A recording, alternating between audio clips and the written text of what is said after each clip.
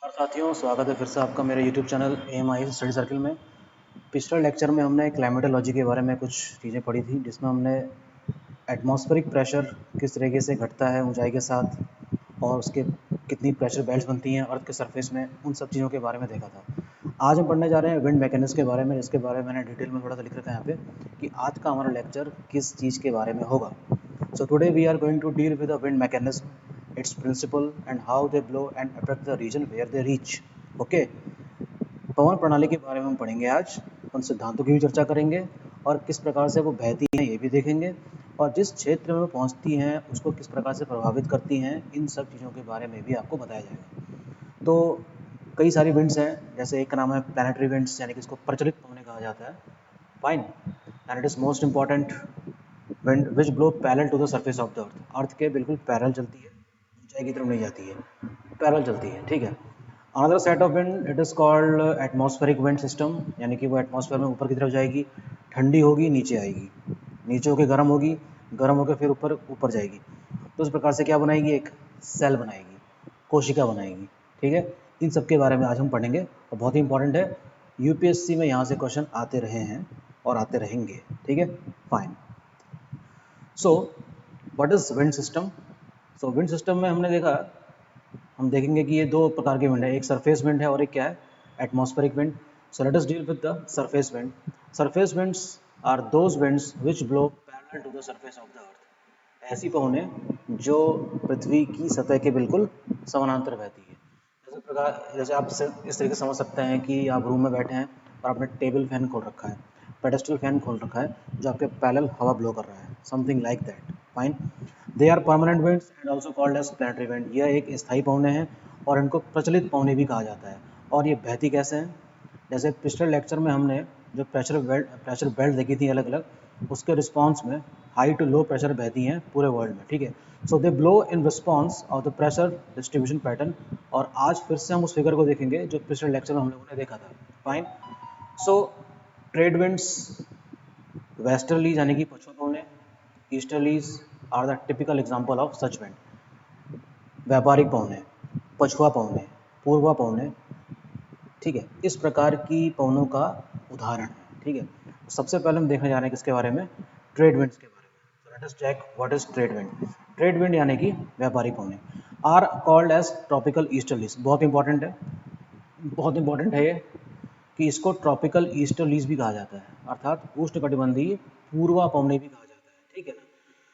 They blow from northeast to southwest in northern hemisphere and from southeast to northwest in southern hemisphere। बहुत important fact है, UPSC में question इस तरीके से घुमा फिरा के इसमें आता है कि consider the following about the trade wind system, ठीक है। व्यापारिक पवनों के बारे में या संदर्भ में निम्न कथनों पर विचार कीजिए। तो हो सकता है कि ऊपर नीचे करके आपको स्टेटमेंट देगा और आपसे पूछेगा कि wind system, wind trade winds के बारे में क्या क्या सही और क्या क्या गलत है, ठीक है ना, it is very important. So they blow from sub tropical high pressure to equatorial low pressure, ठीक है। आस्क्ड अर्लियर इन यूपीएससी, ये क्वेश्चन एग्जाम में यूपीएससी में, सीडीएस में, सिविल सर्विस में भी कई बार आ चुका है, ठीक है ना। तो यह देखिए, ये देखिए हम बात कर रहे हैं ट्रेड विंड्स की, जो कहाँ से कहाँ ब्लो कर रही है, देखिए यहाँ से यहाँ, ठीक है, और कहाँ से कहाँ, सॉरी, और सदर्न हेमिस्फेयर में कहाँ से, इस तरीके से ब्लो कर रही है। तो इसकी डायरेक्शन एग्जाम में बहुत इंपॉर्टेंट है, आ जाता है क्वेश्चन यहाँ से। देखिए नॉर्दर्न हेमिस्फेयर कैसे बह रही है, ये हो गया आपका नॉर्थ ईस्ट और ये क्या हो गया आपका साउथ वेस्ट। ये क्या हो गया सदर्न हेमिस्फेयर में साउथ ईस्ट, और यहाँ पर क्या हो गया नॉर्थ वेस्ट, ठीक है। तो ये आपको फिगर में समझ में आ जाएगा। देखिए north east to south west in northern hemisphere and south east to north west in southern hemisphere. बहुत इंपॉर्टेंट है, इसको आप गौर से देखिएगा भी, ठीक है ना। तो ये फिगर फिर से काफ़ी इंपॉर्टेंट है, इसमें दो चीज़ें हैं, एक तो ये विंड सिस्टम के बारे में बता रहा है और दूसरा अलग अलग प्रेशर बेल्ट्स के बारे में भी, जो आपने पिछले लेक्चर में देखा था। मैं उम्मीद करता हूँ कि पिछले लेक्चर को आपने ढंग से सुना होगा, उसको सुनने के बाद आपने टेक्स्ट बुक से भी पढ़ा होगा और यूपीएससी के पुराने पेपर्स भी देखे होंगे कि उस सेक्शन से क्वेश्चन किस तरीके से आते हैं। तो ये तीन काम आपको करने पड़ेंगे, एक लेक्चर सुनेंगे आप, अपनी टेक्स्ट बुक से भी पढ़ेंगे उसको, और प्रीवियस ईयर के पेपर भी देखेंगे, तब जाकर कहीं आप क्वेश्चन सॉल्व करने की स्थिति में आ पाएंगे। समझ में आई बात? It is very important. देखिए मैंने ये ब्लैंक इसलिए छोड़ा ताकि मैं आपके सामने एक फिगर बना सकूं।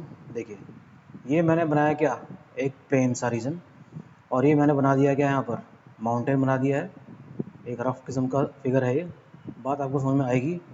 तो देख लीजिए कि ये एक विंड है जो वेस्ट टू ईस्ट बह रही है, ठीक है ना। इसको आप मान लीजिए क्या विंड का डायरेक्शन है ये, जो यहाँ से बहकर किस तरफ जा रही है, माउंटेन्स की तरफ। तो माउंटेन में जब पहुँचेगी तो ये ऊपर की तरफ उठ जाएगी, ठीक है, it glides over the mountain कह सकते हैं। तो ऊपर उठने के बाद, ठीक है ना, ऊपर उठने के बाद कंडेंसेशन वाली प्रक्रिया हो सकती है। कौन सी हो सकती है, संघनन वाली। और यहाँ पर क्या बन सकते हैं, बादल बन सकते हैं। और बादल बनने के बाद क्या हो सकता है, यहाँ पर वर्षा भी हो सकती है, ठीक है ना। तो हमने क्या देखा कि इस तरीके से हम देख रहे हैं कि विंड में अगर मॉइस्चर कंटेंट अधिक है तो पर्वतीय पर्वतों के पास वो वर्षा भी कराएगी। तो this type of rainfall is called what, orographic type of rainfall. इसको हम आने वाले लेक्चर्स में देखेंगे कि what is the orographic rainfall, और पूरे वर्ल्ड में सबसे अधिक जो वर्षा होती है उसका टाइप क्या है। इनफैक्ट टाइप इसका क्या है, ओरोग्राफिक रेनफॉल ही है। Fine, it is very important that orographic rainfall ही पूरे वर्ल्ड में बहती है। टाइप की हम बात कर रहे हैं, ठीक है। वैसे भी और भी कई प्रकार की वर्षा होती है जिसको हम पढ़ेंगे अलग से, लेकिन ये जो मैंने आपको एग्जांपल इसलिए बताया ताकि मैं विंड के सिस्टम को समझा सकूं, क्योंकि जो पैरेलल बहा करती है, ठीक है ना। इसी तरीके से कुछ लोग इसको भी समझ सकते हैं, जैसे कि मान लीजिए कि ये एक अर्थ हमने बनाई और बीच में मैंने क्या बना दिया, एक इक्वेटर की लाइन खींच दी है, और ये हो गया आपका सब ट्रॉपिकल रीजन, ठीक, 30 डिग्री पर। और ये है आपका 30 डिग्री पर सब ट्रॉपिकल रीजन सदर्न हेमिस्फीयर में। तो जो ट्रेड विंड है जो अभी हमने देखा, वो किस तरीके से ब्लो कर रही है, ऐसे, और सदर्न हेमिस्फीयर से कहाँ आ रही है, इस तरीके से, ठीक है ना। ये आपने देखा होगा। अब देखिए, जिस जगह पर ये दो विंड्स मिल रही हैं, ट्रेड विंड्स, उसको हमने क्या नाम दिया है, आई टी, इसका नाम क्या है, I T C Z. This is called what, I T C Z, वो स्थान जहाँ पर दो व्यापारिक पवनों का अभिसरण होता है, यानी कि अंत उष्ण कटिबंधीय अभिसरण क्षेत्र, हिंदी में इसको ये कहते हैं। अदरवाइज इंग्लिश में कहेंगे इसको आई टी सी जेड, यानी कि इंटर ट्रॉपिकल कन्वर्जेंस जोन, जहाँ पर दो ट्रेड विंड जहाँ पर आपस में आकर क्या कर रही हैं, कन्वर्ज हो रही हैं, अर्थात मिल रही हैं, ठीक है ना।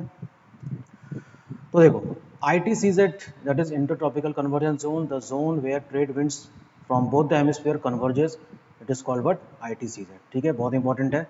ये देखिए एक चीज़ और लिखी है हमने आपके लिए यहाँ पे, डोल्ड्रम्स क्या होते हैं। The region of the equatorial low pressure where these wind blow is called doldrum. काफ़ी शांत परिस्थितियों वाला इलाका होता है ये, डोल्ड्रम कहते हैं इसको, ठीक है। याद रखिएगा कितने डिग्री पर है, 0 से 5 डिग्री के बीच में, याद रखिएगा इस चीज़ को भी। नेक्स्ट इज ITCZ, डोल्ड्रम और इक्वेटोरियल लो। ये जो तीन टर्म लिखे हैं हमने, ITCZ, डोल्ड्रम, ठीक है ना, और इक्वेटोरियल लो यानी कि विषुवत-रेखीय निम्न वायुदाब, are characterized by the low pressure. इन सबका संबंध किस चीज़ से है, लो प्रेशर से है, वेरिएबल विंड से है, और काम कंडीशन से है, ठीक है ना।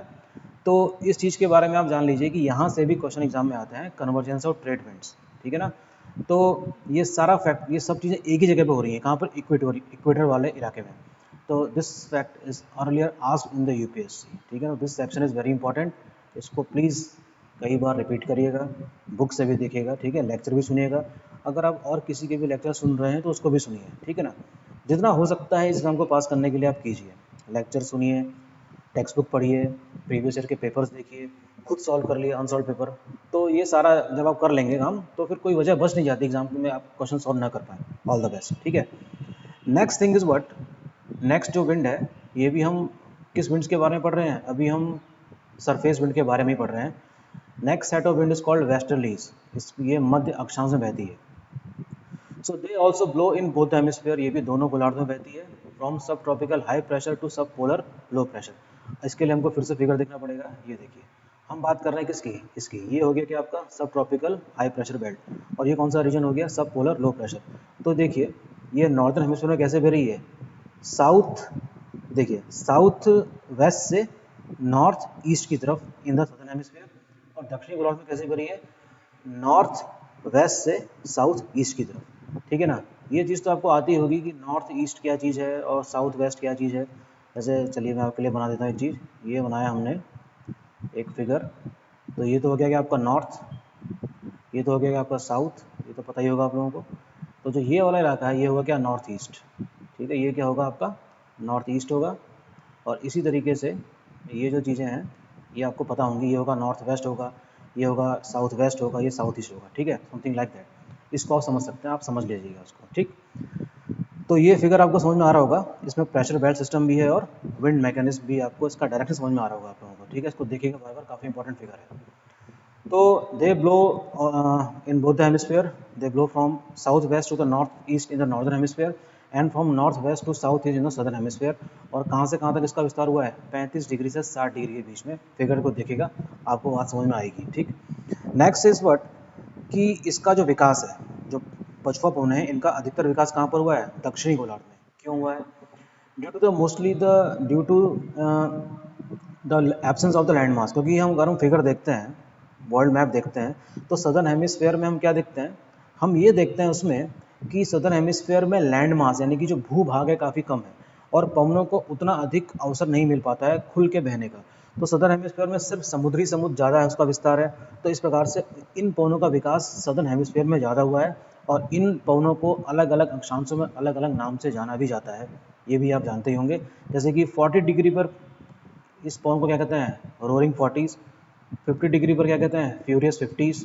और 60 डिग्री पर क्या कहते हैं, स्क्रीचिंग 60s, यानी कि हिंदी में कहते हैं चीखती 60। 50 में प्रचंड 50 कहते हैं, और 40 डिग्री पर रोरिंग 40s कहा जाता है, ठीक है, वेरी इंपॉर्टेंट।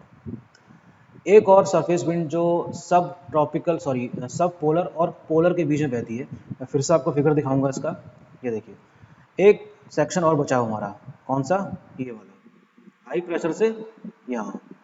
तो इसकी डायरेक्शन यानी कि जो पोलर ईस्टर्लीज हैं, यानी कि जो ध्रुवीय पूर्वा पवनें हैं, इनकी दिशा और ट्रेड विंड्स की दिशा क्या है, एक जैसी है। It is very important again. So the direction of the polar easterlies and the direction of the trade wind is similar, that is northeast to southwest in the northern hemisphere and southeast to the northwest in the southern hemisphere, ठीक है। तो ये है आपकी क्या, wind की direction, fine. तो हमने देखा ट्रेड विंड, वेस्टर्लीज और पोलर ईस्टर्लीज काफ़ी इंपॉर्टेंट विंड सिस्टम है जो डेवलप होता है अर्थ के सरफेस के ऊपर, ठीक है। डेवलप बिटवीन पोलर एंड सब polar region, it is called what, polar easterlies, ठीक है। आप इसको याद रखिएगा, इसकी डायरेक्शन क्या है, सिमिलर है किसके, ट्रेड विंड्स के। Now we have non planetary wind. Non planetary wind वो विंड है तो सरफेस यानी कि पैरेलल विंड ही है, but they are not permanent in nature, ये स्थायी पवने नहीं है। एग्जाम्पल क्या है, मॉनसून विंड्स और लोकल विंड, ठीक है। तो मॉनसून विंड वाला सेक्शन हम पढ़ेंगे इंडियन ज्योग्राफी में पूरे विस्तार से, ठीक है। तो those winds which follow the seasonal changing pressure gradient are called seasonal wind, ठीक है। एग्जाम्पल क्या है इसका, मॉनसून विंड। जैसे कि गर्मी पड़ती है अप्रैल से लेकर जून के बीच में, तो उस पीरियड में इंडियन लैंड मास काफ़ी गर्म हो जाता है। गर्म होने की वजह से प्रेशर काफ़ी लो हो जाता है। तो उस लो प्रेशर को फिल करने के लिए जो विंड चलती हैं उनको ट्रेड विंड्स कहा जाता है। लेकिन क्योंकि इनकी उत्पत्ति समुद्र के ऊपर होती है, उसमें होता है मॉइस्चर, तो these winds eventually called as what, monsoon wind. Coriolis effect की वजह से इनकी दिशा कैसे हो जाती है, to its right in the northern hemisphere. और इंडिया कहाँ पर लोकेट है, नॉर्दर्न हेमिस्फीयर में, ठीक है। तो जब ये मॉनसून विंड इंडियन लैंड मास पर टकराती हैं तो क्या कराती हैं, वर्षा कराती हैं, ठीक है ना। मैं फिलहाल थोड़ा सा ब्रीफ में आपको समझा सकता हूँ कि जैसे मान लीजिए कि ये इंडिया का वेस्टर्न कोस्ट वाला पार्ट है, ठीक है ना, इंडिया का वेस्टर्न कोस्ट वाला पार्ट है, और यहाँ पर सबसे पहले मानसून पहुँचता है। ये रही आपकी सह्याद्री माउंटेन, और जब यहाँ पर विंड्स पहुँचती होंगी तो ज़रूर इसको कौन कौन रोकता होगा, सह्याद्री माउंटेन रोकती होगी। और सह्याद्री माउंटेन जब रोकेगी तो ये पवन ऊपर की तरफ उठेगी और क्या कराएगी, वर्षा कराएगी। वही जो अभी हमने थोड़ी देर पहले चर्चा की थी, ओरोग्राफिक रेनफॉल। सो इंडिया में जो पैटर्न है वर्षा का होने वाला, उसका नेचर कैसा है, ओरोग्राफिक, अर्थात पर्वतीय वर्षा। इसको हम डिटेल में डिस्कस करेंगे, इंडियन ज्योग्राफी पढ़ेंगे हम तब, fine. So monsoon winds shall be discussed in the Indian geography section. So those winds which blow in response to the local pressure gradient are called local winds. अब एक और system है wind का जिसको हम स्थानीय पवनें कहते हैं। ये लोकल हीटिंग की वजह से ऊपर उठती हैं और कुछ दूरी तक जाती हैं, ठीक है, पूरे वर्ल्ड में नहीं घूमेंगी ये, ठीक है ना।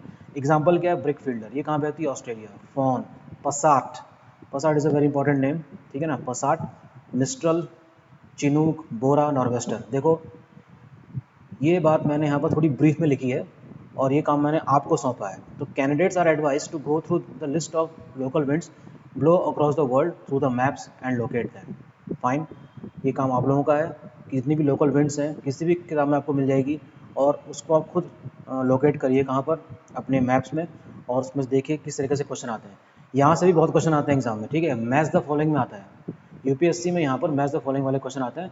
It is suppose to be very very important, मैं लिख दे रहा हूँ यहाँ पे, it is very important, writing पे मत जाइए, इट इज़ वेरी इंपॉर्टेंट कि मैच द फॉलोइंग वाले क्वेश्चन आएंगे, ठीक है ना।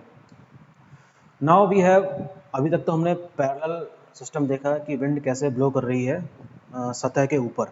Now but we are going to deal with upper atmospheric circulation. जैसे मान लीजिए कि पवन गर्म हुई, गर्म होने के बाद ऊपर उठी, ऊपर उठने के बाद ठंडी हुई, ठंडी होने के बाद उसको नीचे आना ही पड़ेगा, क्यों? क्योंकि उसका वजन ज़्यादा हो जाता है। ज़्यादा वजन वाली चीज़ ऊपर नहीं रह सकती, उसको नीचे आना ही पड़ेगा, ठीक है। तो कोई चीज़ गर्म होकर ऊपर उठ रही है और नीचे आ रही है, तो एक प्रकार का क्या बना रही है? सेल बना रही है, ठीक है ना। तो देख, इसको फिगर से भी समझेंगे हम। So along with the surface movement of the air, सतही पवन के साथ साथ circulation of air took place in the upper part of the atmosphere at higher altitude. अधिक ऊंचाई पर जाने पर एयर का जो सर्कुलेशन है वो ऊंचाई पर भी होता है। Circulation starts when air rises after getting heated up. जैसे कि मैंने आपसे कहा कि पवन ऊपर उठेगी ही क्यों? ये तब उठेगी जब वो गर्म हो जाएगी, गर्म होने के बाद हल्की होगी, हल्की होने के बाद ऊपर उठेगी, ऊपर जाकर ठंडी होगी, जिसको कहते हैं adiabatic cooling of the air, ठीक है। उसके बाद descends over the surface. Descend का मतलब होता है नीचे उतरना, और जहाँ पर उतरेगी वहाँ पर क्या बना देती है? हाई प्रेशर, जो कि सब ट्रॉपिकल प्रेशर हमने पिछले लेक्चर में देखा था। सो air rises up in the equatorial region, यानी कि विषुवत क्षेत्र से ऊपर उठेगी, क्योंकि वहाँ पर साल भर धूप पड़ती है बहुत तेज। और कहाँ पर उतरती है ये? सब ट्रॉपिकल रीजन में। और इसका कुछ पोर्शन पोल्स में भी जाकर गिरता है, तो दोनों ही जगह क्या बन जाता होगा? high pressure belt. This what we have is the circulation of the air in the upper part, that is between 0 degrees and 30 degree. अब इसको हम समझते हैं एक फिगर से। ये रहा आपका फिगर, इसको जरा ध्यान से देखिए। ये रहा इक्वेटर, जहाँ पर मेरा इस समय कर्सर मूव कर रहा है। यहाँ से विंड उठी, सॉरी एयर उठी गर्म होकर, यहाँ तक गई होगी, और कहाँ पर बैठ रही है? यहाँ पर। फिर ऐसे करके ट्रेड विंड के रूप में यहाँ बह जा रही है, ठीक है। तो जब नीचे पवन चलेगी तब तो बहेगी ये पैरेलल, और ऊपर कैसे जा रही होगी? ये ऐसे। तो आपने देखा कि इस पूरे इक्वेटर से लेकर सब ट्रॉपिकल बीच में, पूरे यहाँ से लेकर यहाँ तक एक क्या बन जा रही है? सेल बन रही है। And this cell is called what? Hadley cell. देखिए सरफेस में बहेगी ये ऐसे, और ऊपर कैसे जा रही है? ऐसे। सरफेस में कैसे बह रही है? ट्रेड विंड्स के रूप में, जिसके बारे में अभी हमने डिस्कस किया था, ठीक है। इसी तरीके से एक और सेट बनेगा किस चीज़ का? सेल का। वो बनेगा सब ट्रॉपिकल और सब पोलर के बीच में। तो उसकी डायरेक्शन कुछ इस तरीके से, और ऊपर कैसे बहेगी? ये ऐसे बहेगी। एक और सेल बनेगा पोल्स और सब पोलर के बीच में। तो हमारे पास 3 सेट बन गए। इसी को कहते हैं क्या? Tri meridional pattern of the air circulation. This is called Hadley cell, this is called Ferrel cell, and this is called what? Polar cell. यहाँ पर फेरल सेल लिखा नहीं है, मैं लिख देता हूँ। एफ का मतलब समझ जाइएगा कि हम किसकी बात कर रहे हैं? फेरल सेल की। One more important thing is that कि ये जो सेल बनेगी, इसमें सबसे अधिक चौड़ाई यानी कि जो थिकनेस होगी वो किसकी होगी? हेडली सेल की होगी। इट इज़ मोस्ट, सबसे अधिक चौड़ी होगी ये। इसके बाद इसका नंबर आएगा, और इसके बाद किसका नंबर आएगा? इसका, ठीक है। ये भी बड़ी इंपॉर्टेंट बात बताई मैंने आपको कि हेडली सेल की चौड़ाई सबसे अधिक होगी, फेरल सेल की उससे कम, और पोलर सेल की उससे भी कम। क्यों? ऐसा इसलिए क्योंकि सेंट्रीफ्यूगल फोर्स सबसे अधिक यहाँ पर होगा। तो सेंट्रीफ्यूगल फोर्स लगने की वजह से क्या होगा कि एयर ज़्यादा बाहर की तरफ उछाल मारेगी, और उसकी वजह से वो काफ़ी ऊपर चला जाएगा, ठीक है ना। तो इस तरीके से हेडली सेल की ऊंचाई सबसे अधिक, फेरल सेल की उससे थोड़ी कम, और पोलर सेल की उससे भी कम। और यही हाल कहाँ पर होगा? सॉरी सॉरी फिगर गलत बन गया थोड़ा सा। यही हाल होगा सदर्न हेमिस्फेयर में। तीनों सेल यहाँ भी बनेंगी, और इस तरीके से हम देखते हैं कि 3 सिस्टम बन रहे हैं सेल के। इस फिगर को ज़रा गौर से देखिएगा, समझिएगा, आपको हर बात समझ में आएगी अगर आप इस लेक्चर को ढंग से सुन रहे हैं तो, ठीक है ना। It is very important. तो देखिए फिगर में मैं आपको दिखा चुका हूँ हेडली सेल, फेरल सेल और पोलर सेल, ठीक है ना। अब पढ़ने की ज़रूरत नहीं है मेरे को, आप फिगर से समझ जाइएगा, ठीक है। देखिए पोलर सेल हो गया, फेरल सेल हो गया, और हेडली सेल हो गया। It is very important. जिन लोगों का ऑप्शनल सब्जेक्ट है ज्योग्राफी, वो भी इस वाले लेक्चर को ध्यान से सुन सकते हैं, खासतौर पे ये वाला जो सेक्शन चल रहा है। Important thing is to note that, देखिए मैंने जो अभी आपसे डिस्कस किया था वो मैंने यहाँ पर लिखा भी है वैसे। Thickness of these cells are not uniform. Hadley cell की थिकनेस सबसे ज़्यादा होगी, आपको बता चुका हूँ मैं, क्योंकि सेंट्रीफ्यूगल फोर्स यहाँ पर सबसे अधिक है। And where this cell is formed maximum and cause bulge over there. Bulge का मतलब उछाल मारना, ठीक है। फेरल सेल की थिकनेस उससे कम, ठीक है। और उसके बाद पोलर सेल सबसे अधिक क्या होगी, पतली होगी। वेरी इंपॉर्टेंट, देखिएगा इसको, और यहाँ से क्वेश्चन भी आते ही हैं। हमारा जो नेक्स्ट टॉपिक है वो है jet streams. What are jet streams? Jet stream tropopause के नीचे बहती है। ट्रोपोपॉज, जहाँ पर हमारा ट्रोपोस्फेयर खत्म होता है। एटमॉस्फेयर की कई सारी लेयर्स हैं। सबसे पहले लेयर्स कौन सी, सबसे पहली लेयर कौन सी है? ट्रोपोस्फेयर। ट्रोपोस्फेयर 0 से लेकर 16 किलोमीटर तक चौड़ी है, ठीक है। इसकी थिकनेस भी वेरी करती है। तो ट्रोपोपॉज के नीचे कौन सा है? जेट स्ट्रीम, सॉरी, ट्रोपोपॉज के नीचे जो विंड बहती है इसको कहा जाएगा क्या? Jet stream. तो jet streams are another component of the upper circulation, air circulation of the atmosphere. These winds are discovered during the Second World War. Second World War में इस विंड्स की खोज हुई थी, ठीक है। तो हम देखते हैं कि जब एक American military aircraft bombing mission में जा रहा था जापान की तरफ, तो जब इस ऊंचाई पर वो बह रहा था तो इसके ऑपोजिट डायरेक्शन में ये विंड्स बह रही थी, और उनका बहुत तेज उड़ने वाला जो वायुयान था, जो जेट था, वो बहुत ज़्यादा अपोजिट डायरेक्शन में चलने वाली विंड की वजह से क्या है, लगभग ऐसा लग रहा था कि रुक सा रहा है रास्ते में। तो इस प्रकार से आकस्मिक तरीके से क्या कह सकते हैं कि इस विंड्स की डिस्कवरी हुई थी, ठीक है। तब जाके ज्योग्राफी के क्षेत्र में कुछ और भी डिस्कवरीज हुई। Fine. So these aircraft encountered these winds from the opposite direction. इसको जरा ध्यान से देखिएगा आप लोग। Opposite direction of the high speed about what 175 knots की स्पीड से बह रही थी, due to which aircraft become practically immobile. जो एयरक्राफ्ट था वो क्या हो गया था, लगभग रुक सा गया था रास्ते में। So what are jet stream? Jet stream है क्या अपने आप में? Are the fast moving narrow band of the air. एक बहुत तेजी से चलने वाली एक संकरी पवनें हैं जो अपर एटमॉस्फेयर में पश्चिम से पूरब की दिशा में बहती हैं। कहाँ से कहाँ बहती हैं? पश्चिम से पूरब की दिशा में बहती हैं, ठीक है। So what are jet streams? Jet streams are the fast moving narrow bands of the air in the upper atmosphere from west to east direction, and they lies just below the tropopause। जैसे कि मैंने आपको बताया कि tropopause के ठीक नीचे हैं, और इनकी ऊंचाई कहाँ से, सतह से की अगर हम बात करें तो 10 से 12 किलोमीटर अर्थ के सरफेस से। दूसरी बात ये है इसकी, सबसे इंपॉर्टेंट ये है, देखिए इसका आपको किताब से पढ़ना पड़ेगा, ठीक है। इट इज़ मेरी मेरी ये मतलब मैं आपको एक हिदायत दे रहा हूँ कि इसको किताब से भी ज़रूर पढ़िएगा, ठीक है ना। So they do not blow in the straight path. पहली बात तो ये स्ट्रेट पाथ में नहीं जाती हैं। कैसे बहती हैं? ऐसे। आपने मेंडरिंग सुना होगा, तो इस तरीके से ब्लो कर रही है, ठीक है ना, ठीक है ना। जैसे नदी की आपने मेंडरिंग सुनी होगी, तो इस तरीके से बहती है ये, वेस्ट टू ईस्ट, ठीक है ना। दे do not blow in the straight path, they blow in the meandering curving pattern. Jet stream circles the earth in a narrow zone. अब जैसे ये सिर्फ इतना ही नहीं है, जैसे कि मान लीजिए एक चौड़ा सा रिबन लीजिए, रिबन रिबन आप ऐसे घुमाइए, किसके चारों तरफ? अगर आपके पास ग्लोब है तो उसको चारों तरफ ऐसे घुमाइए, तो वो एक पट्टी जैसी घूमेगी, लेकिन स्ट्रेट नहीं घूमेगी। कैसे घूमेगी? मेंडरिंग करते हुए घूमेगी। That is what jet stream. So इसकी जो चौड़ाई है, ये जो यहाँ पर जो चौड़ाई है ये काफ़ी ज़्यादा है। 300 से 500 किलोमीटर के बीच में इसकी चौड़ाई है, और ये 200 से लगभग 300 नॉट्स की स्पीड में बहती है। और 1 नॉट का मैं आपको मतलब बताता हूँ, 1.85 किलोमीटर, ठीक है। तो 1 नॉट इज इक्वल टू है 1.85 किलोमीटर्स, ठीक है।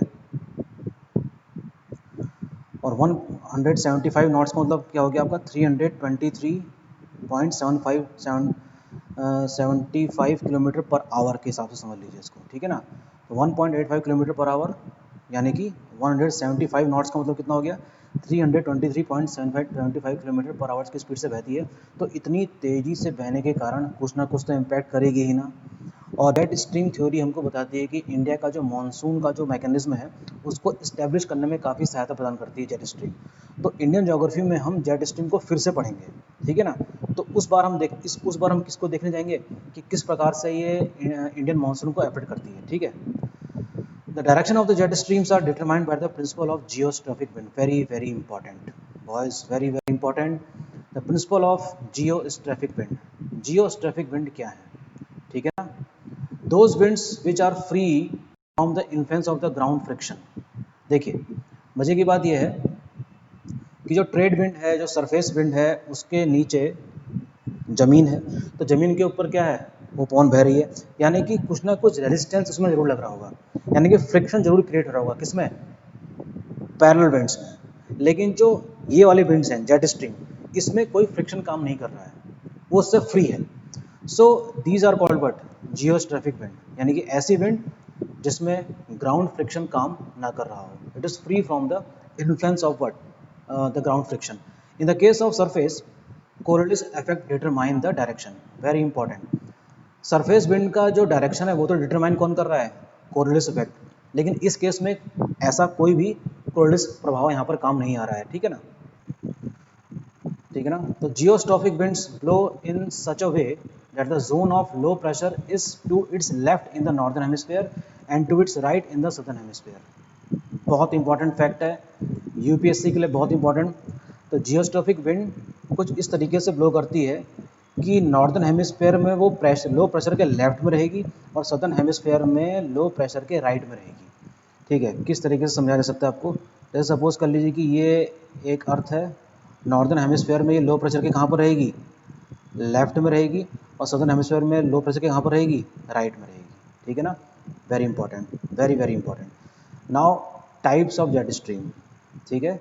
एक तो होती है polar jet, it is associated with the polar front, the zone of the convergence of polar easterlies and the sub tropical westerly winds, its position keep shifting northward and southward. दूसरी बात ये है कि जेट स्ट्रीम बनती ही क्यों है, ये बनती है कोल्ड और एयर मास के मिलने से, कोल्ड और वार्म एयर मास के मिलने से इन जेट स्ट्रीम्स का निर्माण होता है। देखिए इसमें लिखा भी है, it is associated with the polar front, the zone of convergence of the polar easterlies and the sub tropical westerlies winds. तो इसकी पोजीशन जो है वो शिफ्ट होती रहेगी, शिफ्ट क्यों होती रहेगी, सन के, अगर सन नॉर्दर्न हेमिस्फीयर में चमक रहा है तब तो थोड़ा नॉर्थ की तरफ खिसकेगी, और अगर सन सदर्न हेमिस्फीयर में चमक रहा है तब ये थोड़ा सा खिसक कर कहाँ पर जाएगी, सदर्न हेमिस्फीयर में, या थोड़ा सा साउथ की तरफ शिफ्ट होगी, नॉर्थ हेमिस्फीयर में भी और सदर्न हेमिस्फीयर में भी, ठीक है ना।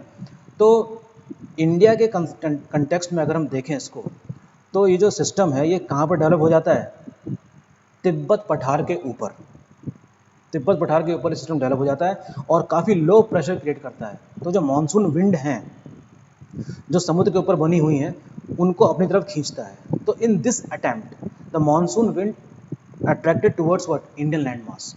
तो इस तरीके से हम कहते हैं कि जेट स्ट्रीम थ्योरी या jet streams are also responsible for the better management of what, monsoon winds, ठीक है। देखेंगे इसको इंडियन ज्योग्राफी में, आप मेरे उस लेक्चर का वेट करिए, जल्दी ही मैं उसको प्रस्तुत करूंगा आप लोगों के सामने, ठीक है। The polar front jet stream is observe eight an altitude of 12 kilometre, ठीक है।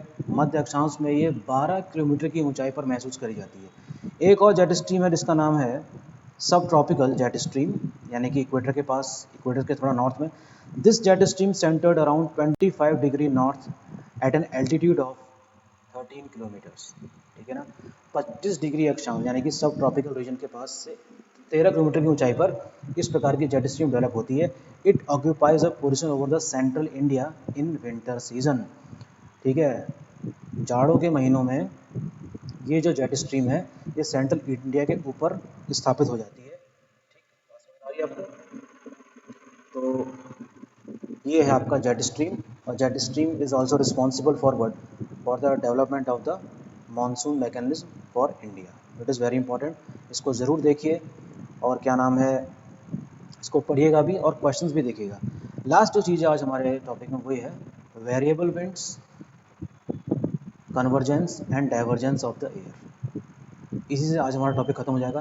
देखो variable wind, wind which blow in small particular region, ऐसी पवनें जो निश्चित क्षेत्र में बह रही हों, and are associated with the pressure system are called variable winds. ऐसी पवनें जो एक निश्चित छोटे क्षेत्र में बह रही हों और किसी निश्चित प्रेशर प्रणाली से संबंधित हों, उन्हीं को हम वेरिएबल विंड कहते हैं, ठीक है। These wind not blow in definite direction, ये एक निश्चित दिशा में नहीं जाते हैं, and their speed and velocity are varies in response of the pressure system, ठीक है। किसी निश्चित दिशा में नहीं बहती है वेरिएबल विंड, यूपीएससी के लिए बहुत इंपॉर्टेंट है ये।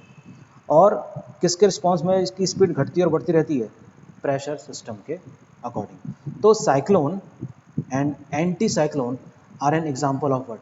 Variable wind. वेरिएबल विंड के जो टिपिकल एग्जाम्पल हमारे पास हैं वो है चक्रवात और प्रति चक्रवात। तो चक्रवात और प्रति चक्रवात को समझने के लिए हमको एक डिटेल सेशन चाहिए होगा 1 से 1.5 घंटे का। तो छोटा सा मैं बता देता हूँ आपको ब्रीफ में कि cyclone is a wind system in which wind blowing in a circular manner around an area of a low pressure. ठीक है, मैं छोटा सा फिगर बनाता हूँ। ये देखिए, यहाँ उतना अच्छा बन नहीं पा रहा है लेकिन समझ आएगा। तो ये जो अंदर का सिस्टम है ये क्या है, काफ़ी लो प्रेशर में, और विंड कैसे ब्लो करती है, हाई टू लो की तरफ आएगी, ठीक है ना। तो इस तरीके से ये आपका फिगर बन सकता है। यहाँ पर अच्छा फिगर नहीं बन रहा है लेकिन बात आपको समझ में आ जाएगी कि हम कहना क्या चाह रहे हैं। कहना हम ये चाह रहे हैं कि जो ये बीच में इलाका है ये लो प्रेशर में है और जो बाहर का इलाका है ये हाई प्रेशर में है। So wind blow in such a manner from outside high to inside low, और तेज़ी से क्या करती है, घूमती है। इसको हम समझेंगे डिटेल में अपने किसी नेक्स्ट सेशन में। तो ट्रॉपिकल साइक्लोन आर दो साइक्लोन्स विच डेवलप ओवर ट्रॉपिक्स। ठीक है, उष्णकटिबंधीय चक्रवात वे चक्रवात हैं जो ट्रॉपिक्स के पास डेवलप होते हैं। While temperate cyclone are those which develop over the temperate region. Temperate region आपको पता ही होगा, टेम्परेट रीजन होता है ये वाला इलाका, ये है क्या, टेम्परेट रीजन। तो ये यहाँ पे डेवलप होता है। और एंटी साइक्लोन क्या है, when variable wind blow outward, जब वेरिएबल विंड अंदर से बाहर की तरफ जाए, हाई प्रेशर से बाहर की लो प्रेशर में, तब उसका ठीक विपरीत में हो जाता है क्या, anti cyclone. And this section required a detailed session of 1 hour actually. तो मैं किसी नेक्स्ट टॉपिक में आपको साइक्लोन और एंटी साइक्लोन भी पढ़ाऊंगा, ठीक है। तो आज के लेक्चर को जरा आप ध्यान से सुनिएगा, किताब से पढ़िएगा भी, और बार बार रिपीट करने की कोशिश कीजिएगा। और अगले लेक्चर्स में हम इसके आगे के जो भी कॉन्सेप्ट हैं वो आपको समझाएंगे रैंडमली। फाइन। तो प्लीज़ मेरा लेक्चर को देखिए, लाइक करिए, शेयर करिए चैनल को, और कमेंट भी लिखिए। कमेंट्स आर वेरी इंपॉर्टेंट, इससे हमको थोड़ा सा प्रोत्साहन भी मिलता है, ठीक है। तो ये सब चीज़ें हम आप लोगों के लिए कर रहे हैं, तो प्लीज़ आप लोग भी मेहनत करते रहिए, ठीक है। And all the best, thank you, नमस्कार।